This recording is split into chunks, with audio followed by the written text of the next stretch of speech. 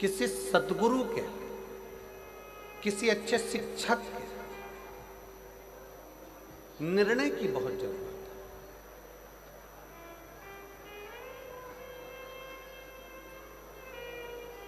हमने पहले कथा में एक बार कहा था कि 4 तरह के गुरु होते हैं। पहले नंबर पर गुरु है माँ,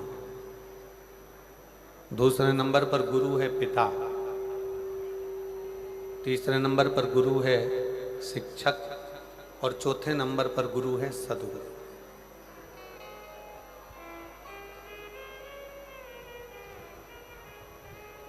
बचपन में, बाल्यावस्था में एक माँ से बढ़कर दुनिया में कोई गुरु नहीं हो सकता।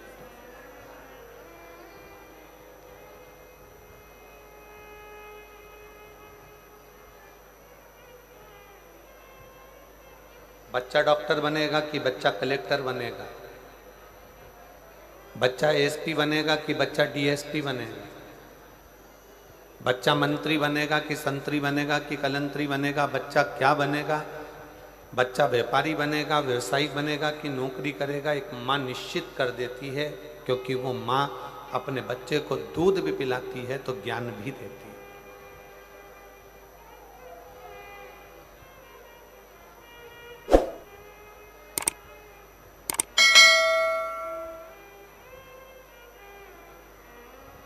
एक माँ से बड़ा दुनिया में कोई गुरु नहीं है।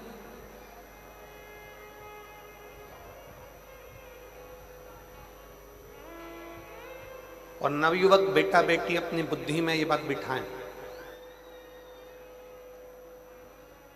कई लोग ऐसे हैं जिनको सहेलियों की बात अच्छी लगती है, दोस्तों की बात अच्छी लगती है, पर घर के माँ बाप की बात अच्छी नहीं लगती।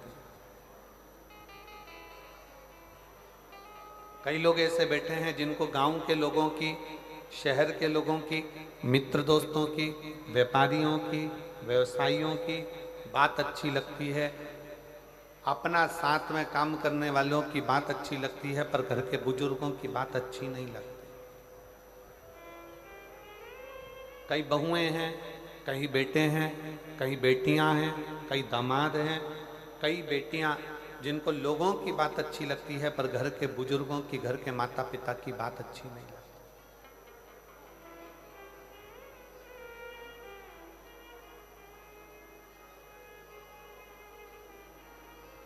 और जिन बच्चों को,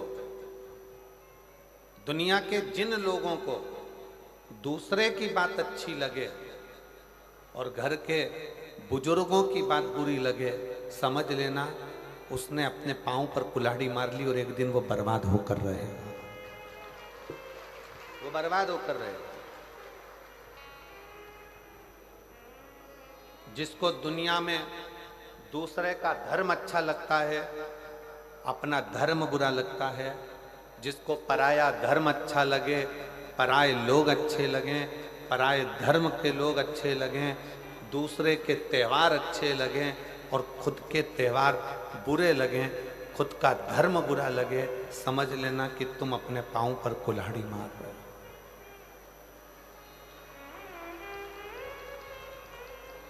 तुम अपने पांव पर कुल्हाड़ी मार रहे हो। भारत एक ऐसा देश है, 365 दिन में से कितने दिन? 365 दिन में 400 उत्सव मनाए जाते हैं भारत में। अब जरा विचार करिएगा, दिन है 365 और हमारे यहाँ त्योहार कितने मनाए जा रहे हैं? 400। जम के बोलो जरा, 400। 365 दिन में भारतीय संस्कृति में, भारतीय सभ्यता में, भारतीय सनातन धर्म में 365 दिन हैं और 365 दिन में 400 हमारे यहाँ त्यौहार हैं। अब जरा विचार करिएगा, कभी कभी एक दिन में 2-2 त्यौहार पड़ जाते हैं। अमावस्या पड़ी तो शनिचरी अमावस्या पड़ जाएगी, ये अमावस्या पड़ जाएगी, वो अमावस्या पड़ जाएगी, दीप पूर्णिमा पड़ी तो ये पड़ जाएगी। 365 दिन है और सनातन धर्म में 400 त्यौहार हैं। 400 त्यौहार हमको क्या कम पड़ रहे हैं जो हम दूसरे धर्म के त्यौहार मनाते फिर, दूसरे धर्म में जाते फिर? अपने त्योहार में क्या करनी है? क्यों?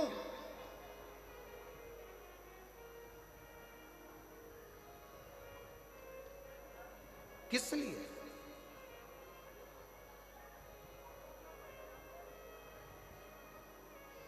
जिस घर में घर के माता पिता की बात बुरी लगने लगे और बाहर वालों की बात अच्छी लगने लगे तो समझ लेना ये घर बर्बादी का सिरा बन गया। मां सास से आपकी बनती नहीं है, सास से आपका कहीं संबंध नहीं है, मान लो लड़ाई भी है, झगड़ा भी है। हमारे बीच में शबरी नारायण वाले महाराज जी पधारे हैं। मैं शबरी नारायण वाले महाराज जी पधारे हैं, एक बार जोरदार ताली बजाकर उनका भी स्वागत। शबरी नारायण वाले महाराज जी प्रत्येक कथा में आप कथा श्रवण करने के लिए जब भी छत्तीसगढ़ उत्तर प्रदेश में भी कहीं कथा होती है तो लगभग आपका आगमन होता है और कथा रसतत्व आप ग्रहण करते हैं। उसकी कृपा से, ये उसकी दया से।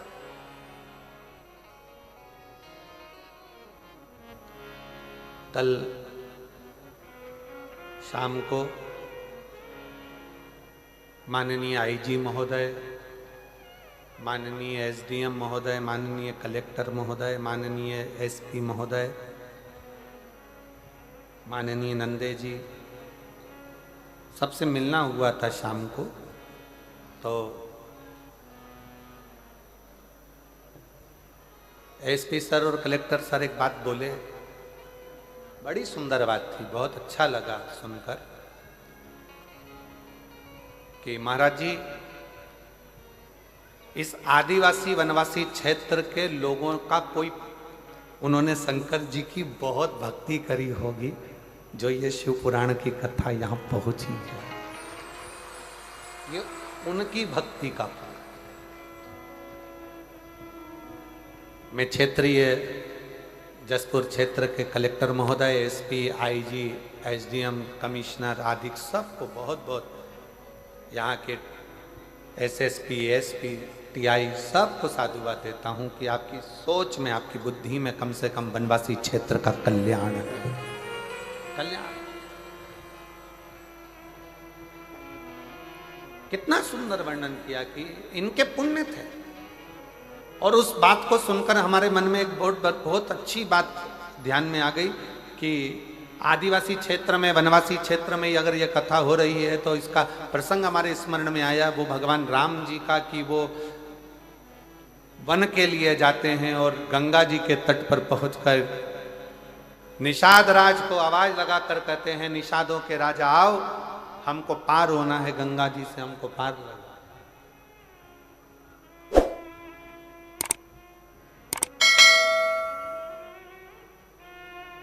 हमको पार होना है, गंगा के तट से हमें पार उतारिए।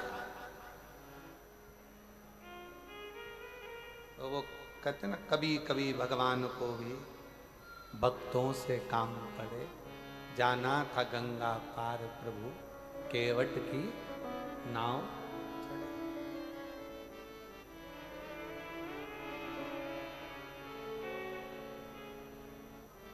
हमको पार उतरना है।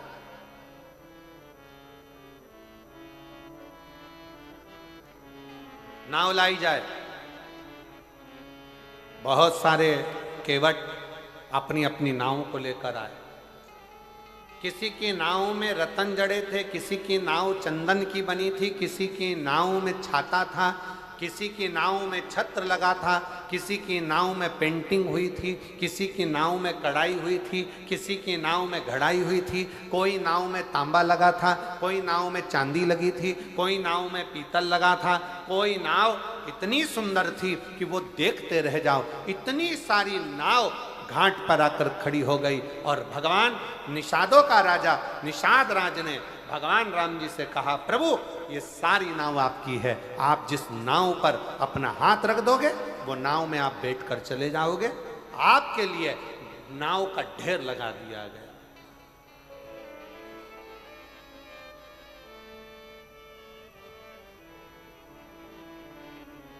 ये सारी नाव आपकी है। आप चाहे जिस नाव में बैठ जाइए, आप चाहे जिस नाव में बैठिए, आपकी मर्जी।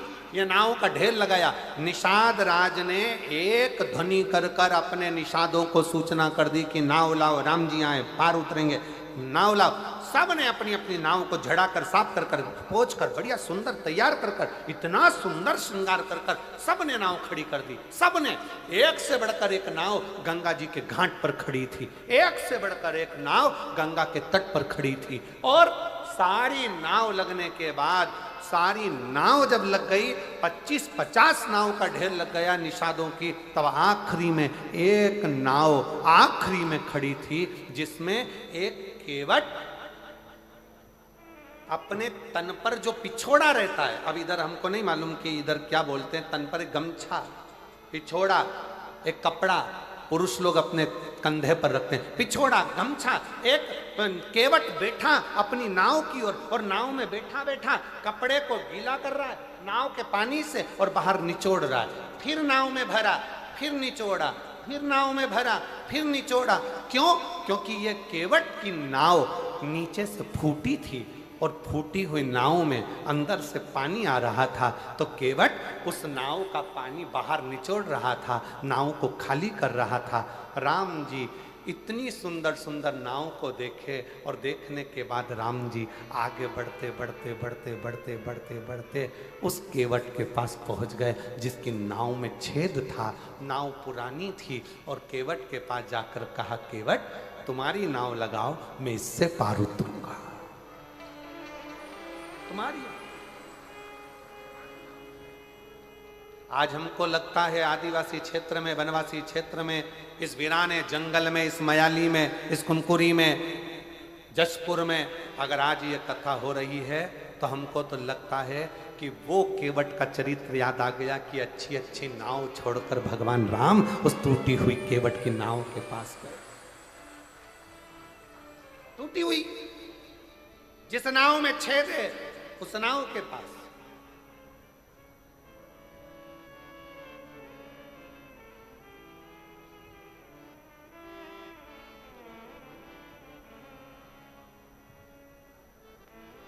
राम जी ने कहा, केवट नाव लगाओ। केवट राम जी को देखता रहा, सुध नहीं पड़ी। जिस समय पर पहली बार अनाउंस हुआ होगा व्यासपीठ से कि मयाली जसपुर में कुनकुरी के अंतर्गत मधेश्वर महादेव में शिव महापुराण की कथा है, तो आधे तो जसपुर वालों के टेंशन हो गया होगा, इतनी पास, इतनी नजदीक। सोचा ही नहीं था, कभी नहीं सोचा था कि महाराज यहां जाएगा, कथा हो जाएगी। आधे से ज्यादा मेरी जीजियों ने तो मुझे लगा होगा कि उस दिन गुलाब जामुन बना के खाई होगी, पक्का। इतनी नजदीक, इतनी नजदीक।